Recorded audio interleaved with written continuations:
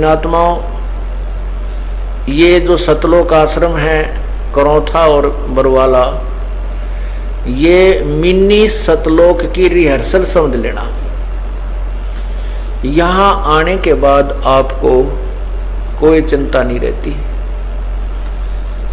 बड़ा बनाया भोजन मिले, बिछे बिछाए टाट मैट मिले, नान दौड़ने परमात्मा ने कृपा कर रखी अपने बच्चों के लिए। तो ये यहाँ आपको कोई चिंता नहीं, यहाँ आकर कोई द्वेष राग नहीं आपस में, क्योंकि एक जैसा खाना है, एक जैसा बैठने और उठने का स्थान है।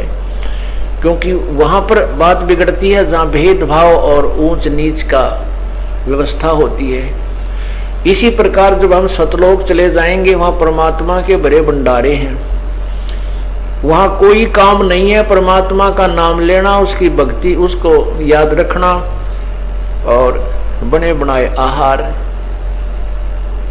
और खा के अपना चादर तान के सो जाना।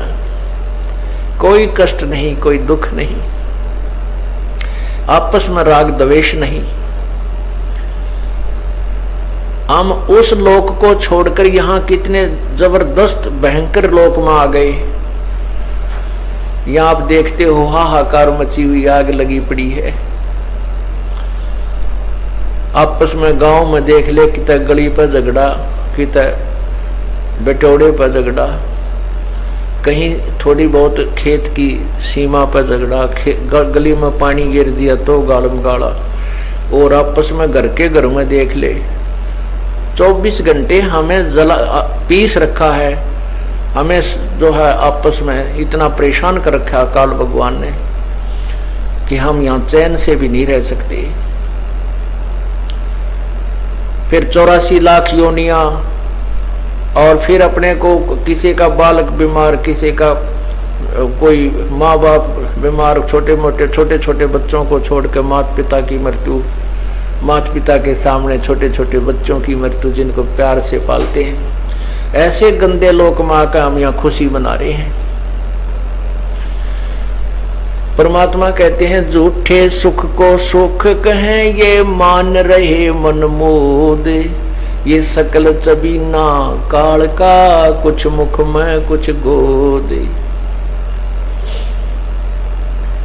ये सभी काल आहार है। हम इस झूठे सुख को सुख मान करके इसमें आनंदित रहते हैं। आनंद नाम की चीज कति नहीं यहाँ पर।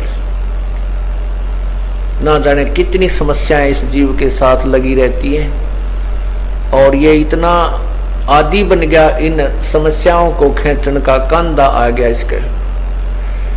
अब ये इतना अभ्यस्त हो गया कि इन कष्टों को कष्ट ना मान करके इनको खींचना ही, इनको इनमें लटपट रहना ही अपना कर्म मान लिया। परमात्मा कहते हैं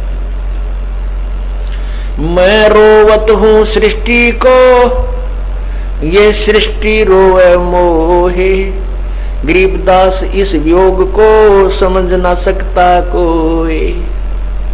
मैं तो अपने बच्चों को रोता फिरता हूं, कहता हूं तुम मेरी भक्ति कर लो, मेरे ज्ञान को स्वीकार कर लो, तुम सतलोक चलो मेरे बच्चों। और ये ढूंढते फिरते हैं वो सुखदाई भगवान हमें सुख दे, हमारे कष्ट निवारण करे, उस परमात्मा को हम ढूंढते फिरते हैं।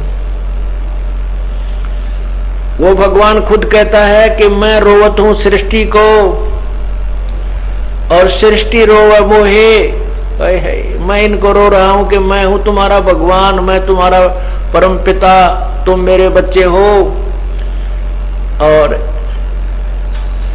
ये कहते हैं काल के गलत ज्ञान को ग्रहण करके कहते हैं नहीं तो कबीर भगवान नहीं हो सकता, ये तो जुलाहा था, ये तो नीरू नीमा को मिला था, पता नहीं इसके माँ बाप भी कौन थे, कोई ऐसे ही डाल गया।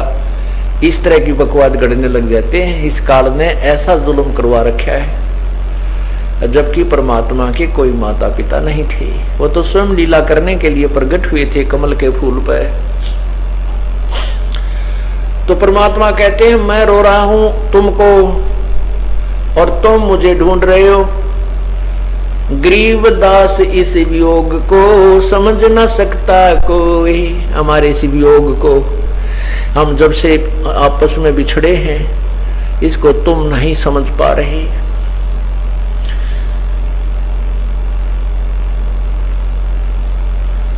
और यहां पर कितना कष्ट बता रहे हैं परमात्मा।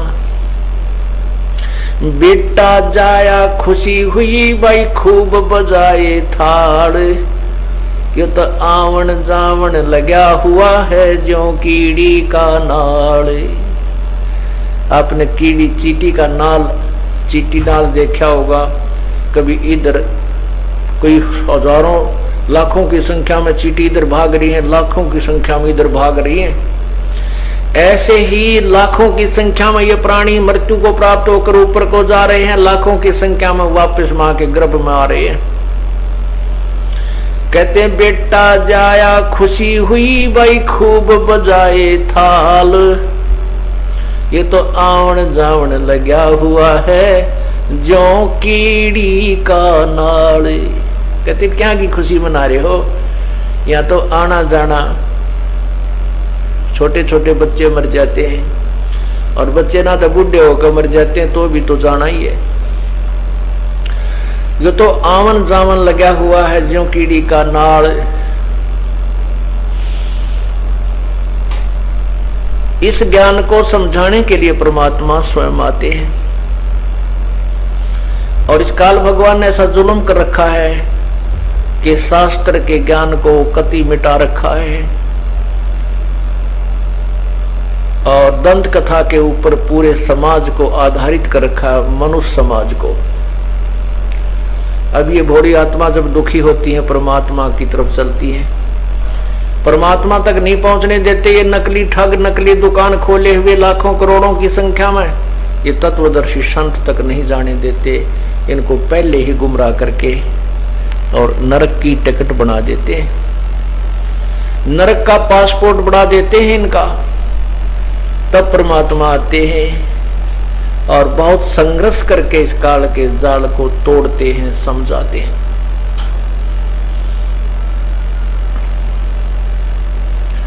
जब परमात्मा 5 वर्ष के हो गए थे, कबीर साहब, जब ये परमात्मा 5 वर्ष के लीला का शरीर बनाकर 5 वर्ष का शरीर हुआ, बनारस में प्रकट हुए थे।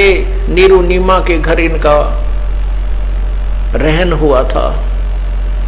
जब 5 वर्ष के हुए परमात्मा,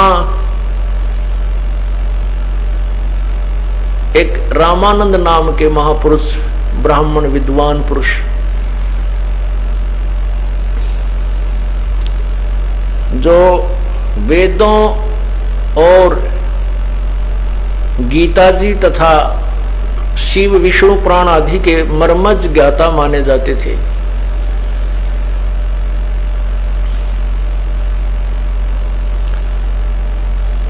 परमात्मा ने उस प्यारी आत्मा को, कबीर साहब ने उस प्यारी आत्मा को शरण में लेना था और उसका वो भ्रमित ज्ञान सेट करना था।